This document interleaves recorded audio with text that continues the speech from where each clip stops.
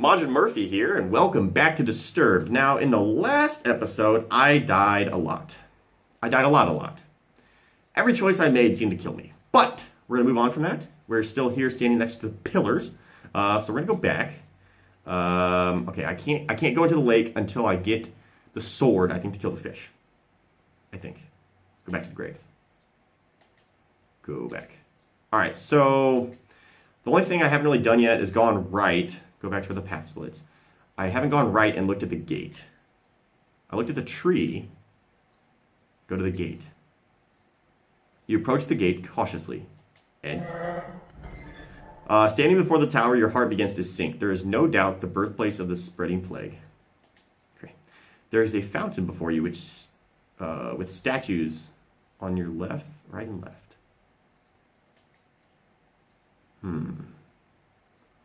Okay, so there's obviously, this is the code here, because left, right, and then something in front of me in the middle. So let's see. Let's go on the right first. Before you stands the old angel statue that has broken many areas. With one hand, the angel is holding some sort of bowl, while the other hand is hovering over the bowl. You notice that there is only 2 remaining fingers on the angel's other hand.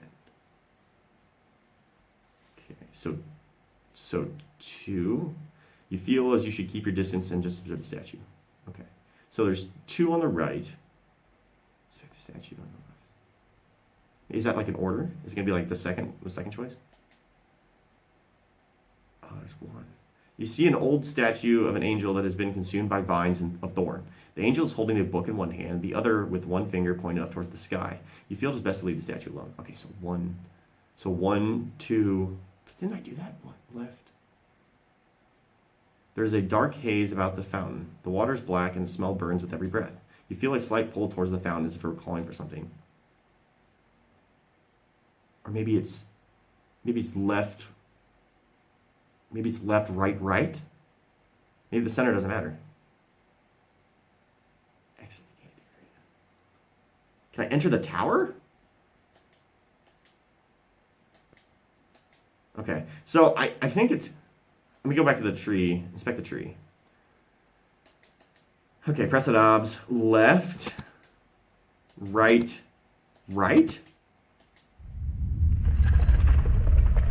You hear the rumbling of rocks as the ground starts to shift underneath you. Hell yeah.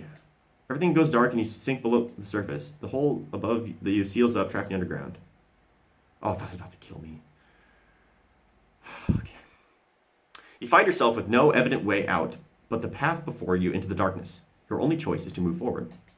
Okay? You see the 3 separate paths within the walls of the cavern. Which do you choose?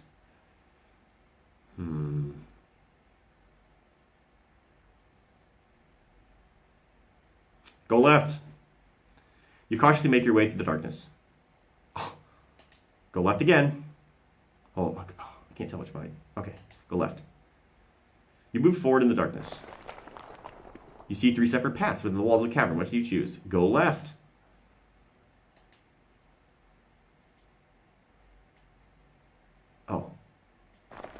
Oh, fuck. See, it's just looping me back. Okay. So go forward. Go left.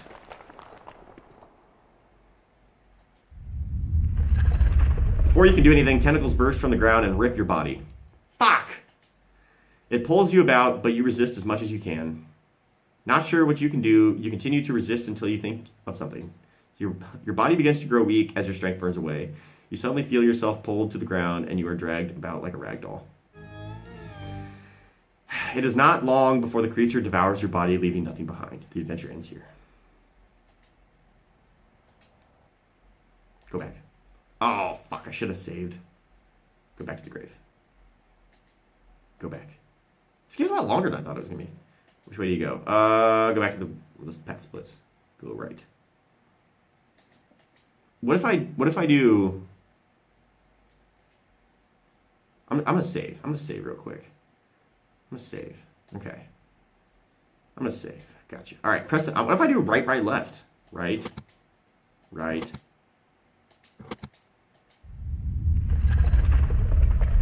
You hear the rumbling of rocks as the ground starts to shift beneath you. Everything goes dark and you sink below the surface. The hole above you seals up, trapping you underground. It's the same thing. Okay. Same thing. All right, so I went straight, so let's go right.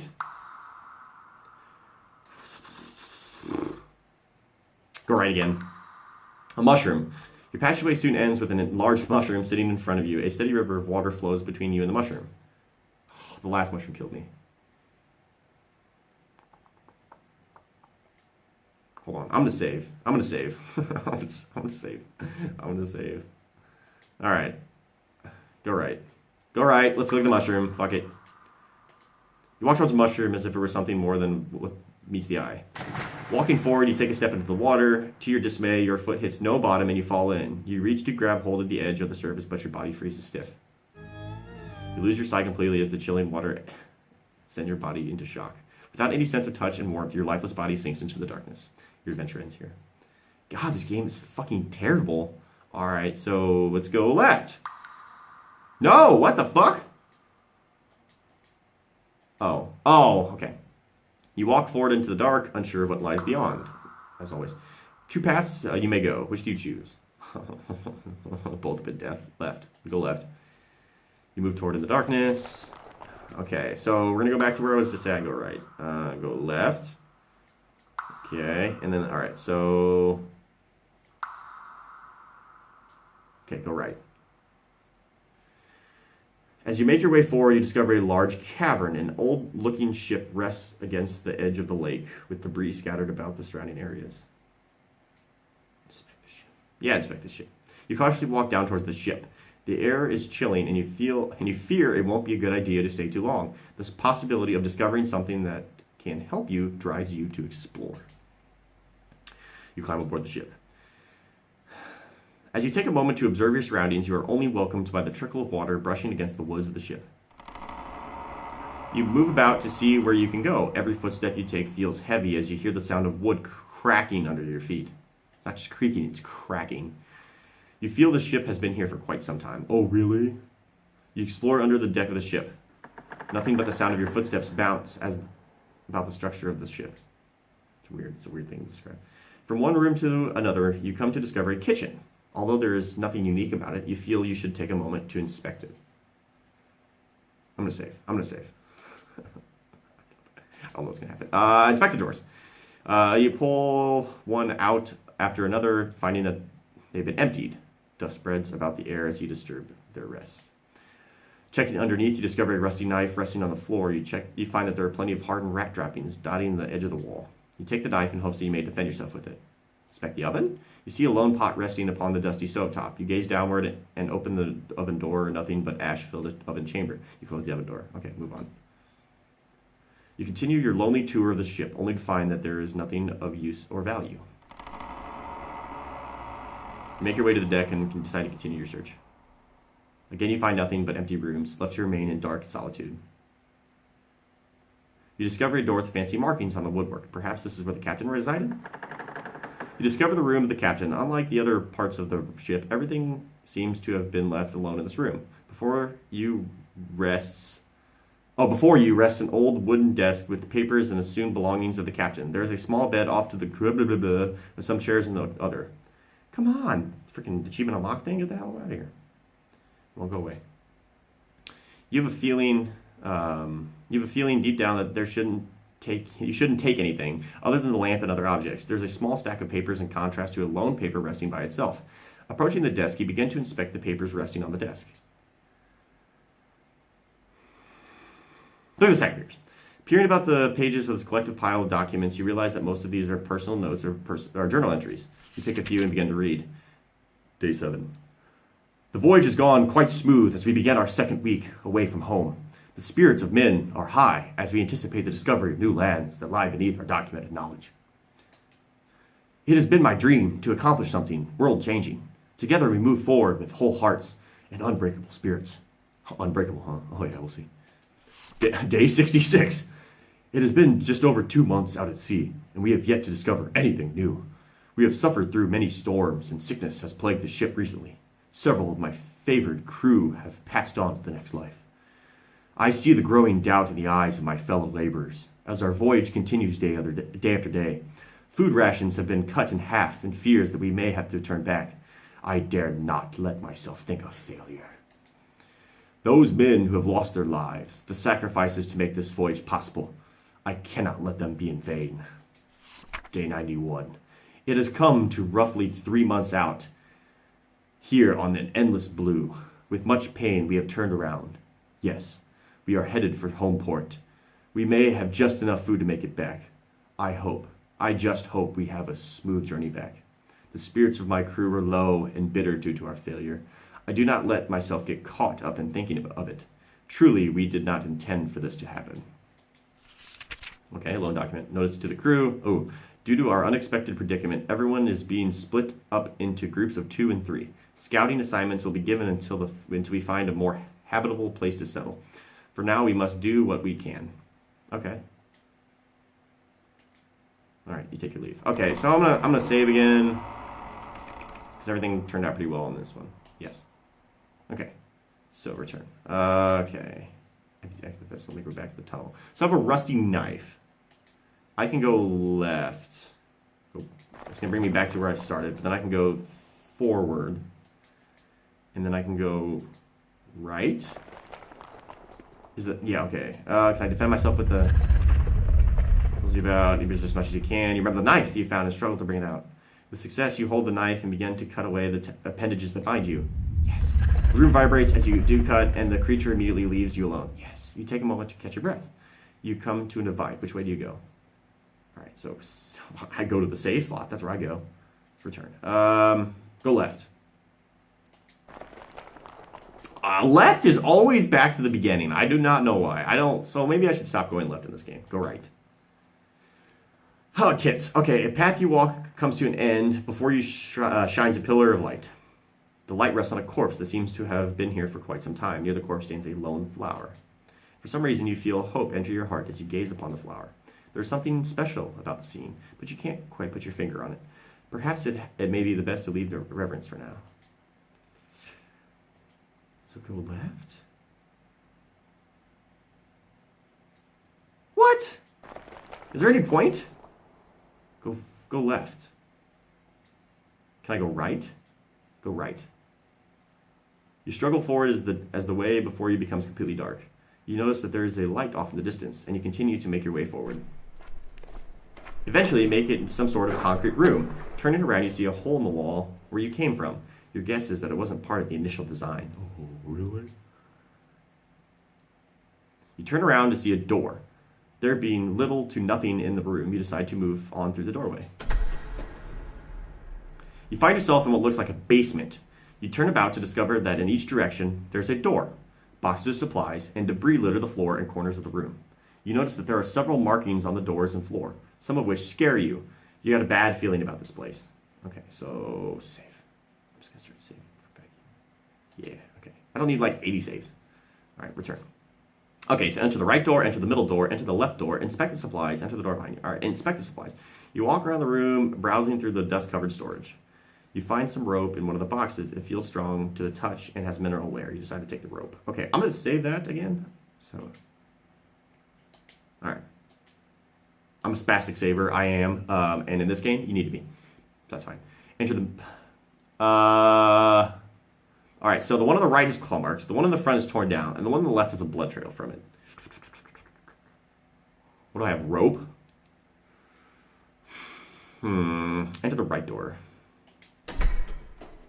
You enter the small room. There's a large cauldron in the center of the room, with wood resting beneath. There's nothing on the shelves, as if someone cleaned this place out. Okay, you look into the pot, but find nothing in it. With nothing else to see, you exit the room. Enter the left door. You enter the small room with a large hole in the wall. There's other objects in the room, but none of them interest you. Oh, fuck me! The left. Oh. Go left. It brought me back to the beginning. No. Go right. Damn it. That sucks. Okay. Alright. Go in the middle one.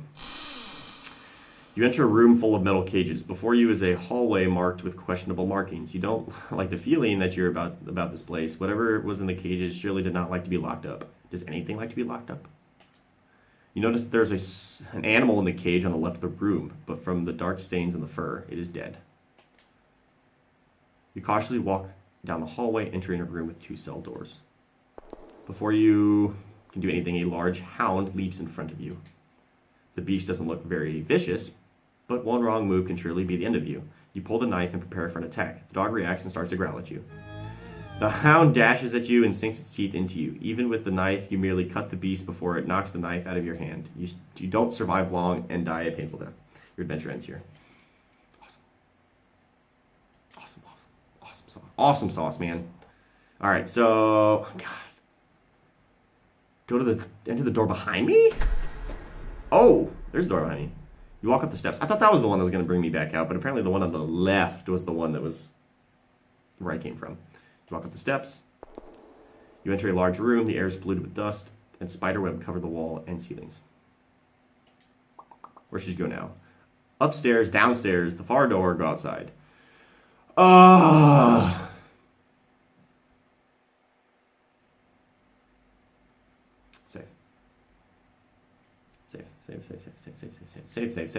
Save. All right. Okay. The far door.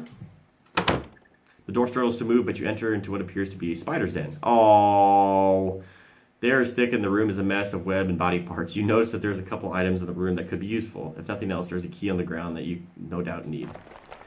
Before you can even act, a large spider falls from a bug. You have no doubt that it is hungry. Without hesitation, the spider attacks you. You pull out the knife and stab the spider when you can. Unfortunately, the knife doesn't scare the spider and it bites you with ease. You begin to lose feeling on your body and everything goes black. Your adventure ends here. Of course it does. Of course it does.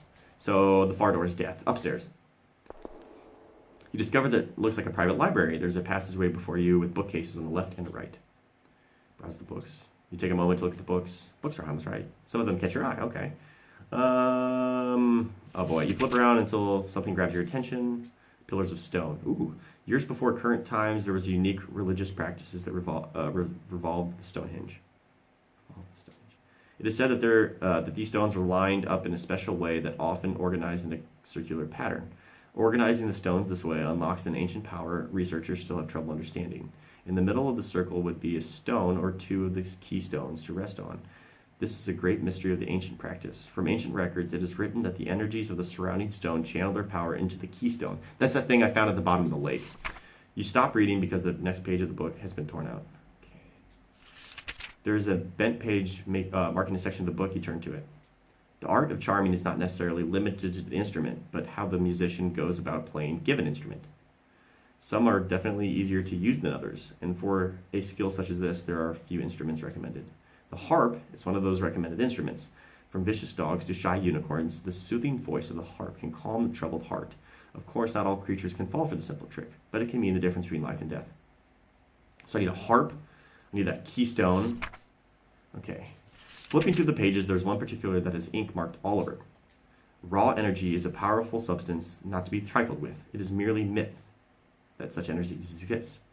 One does not simply stumble upon a pillar of godly power, even if such is a fate as yours. Bare hands cannot contain the force. It must be bent and channeled into a specifically crafted vessel to carry. One does not simply stumble upon a pillar of godly power.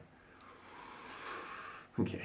There has been accounts across time of individuals possessing such power. Although they pass away as sand, their relics of power remained as powerful artifacts that nations around the world would fight for.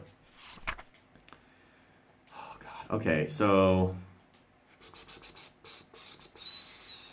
I need a harp for the dog and the unicorn. And I need that thing at the bottom of the lake, I think. I think that goes to the pillars. Now, what that would do after, I'm not sure, but we're going to move forward. You walk up more stairs. You pause as you notice a stone carving of a person praying that is attached to the wall. There's something odd about it. You can't quite put your finger on it. With caution, you continue up the stairs.